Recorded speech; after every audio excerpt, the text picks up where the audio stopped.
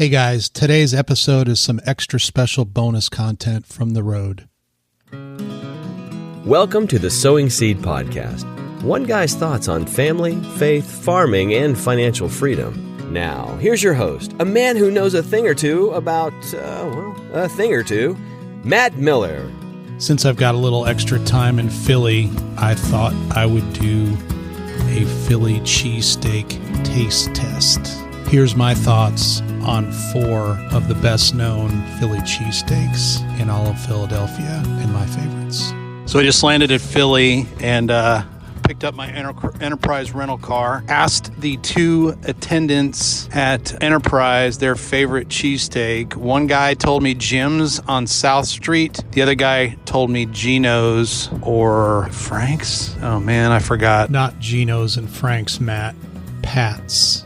Geno's and Pat's. We're on the way to Jim's, and we'll give that one a whirl first and make sure that we hit a couple of others here during the day to give you my thoughts on my favorite cheesesteak. Took me about 15 minutes or so from the airport here to South Street. Jim's Steaks says it was established in 1939. Had to figure out the parking here downtown.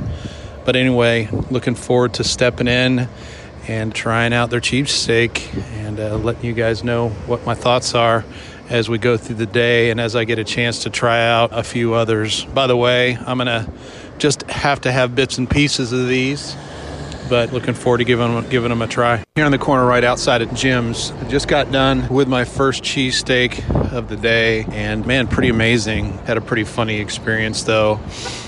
You got to kind of figure out how you're supposed to order, and I didn't see anywhere where it was cash only, which it is. So I got through the entire process. I ordered my cheesesteak with whiz and onions, cheese whiz and onions that is.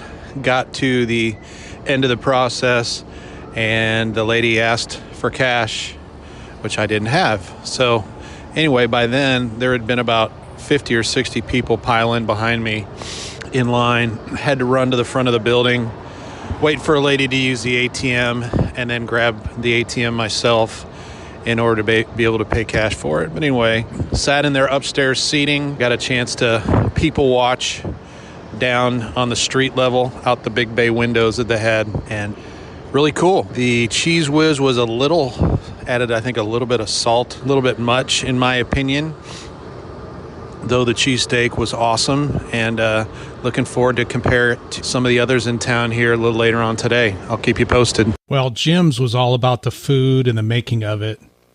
These next 2 are definitely about the show and are geared more towards the tourists who come and visit Philly. So I'm standing here on the corner of 9th and Passyunk Avenue. Pat's Steaks on the left, Geno's on the right. Pretty crazy cheesesteak ordering culture, if you want to know the truth. You got to have your lingo down. You got to know what to say, what to ask for, how to ask for it. And in true Eastern fashion, everybody's pretty short with you. So anyway, feeling pretty inadequate here, given all that. But that being said, this has been cool to have an opportunity to come down. I've got cheesesteaks from each place underneath my arm here, keeping me warm. Gonna catch my Uber back to the car because it's a little chilly out here. And then we'll give each of these a try and spend a little bit more time here today just running around downtown Philly before heading to my Airbnb tonight. Aside from Geno's, Pat's, and Jim's, I looked up a visitphilly.com article titled The Best Cheesesteaks in Philadelphia and couldn't afford nor take the time nor have the time to go to all of them. So I chose one other that seemed interesting, a place called McNally's Pub, which was to the north of town a little bit. McNally's is a nondescript tavern or pub on Germantown Avenue. In fact, I walked by it 2, if not 3 times before I even could find the place. because all it had was just a small little sign to the left of the door identifying it as such. It's known for the iconic cheesesteak sandwich known as the Schmitter. What makes it a little bit different is it's on a Kaiser roll and adds grilled salami, tomato, and a secret Schmitter sauce to the mix. So after spending a day running around Philly, what's the verdict? To recap, I started the day at Jim's. Then from there went to Geno's and Pat's, which occupy opposite corners in the heart of Philly. And then finally stopped at McNally's Tavern.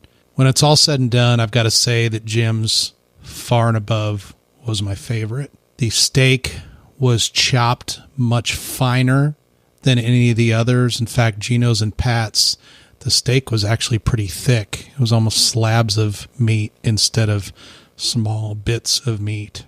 The cheese whiz, or whiz as they call it in Philly, even though it was a bit salty, added some additional flavor, whereas the Geno's and Pat's cheesesteaks just lacked flavor quite a bit.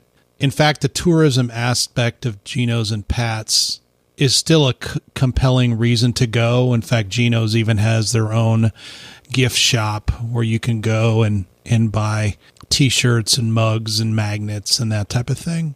So you don't want to miss going there. But once again, I would go to Jim's if you're looking for the true cheesesteak experience. Coming in number 2 would be McNally's Pub. Love the atmosphere. Love the different take with the tomato and the salami on the sandwich. And then, of course, Geno's and Pat's to round out the 4.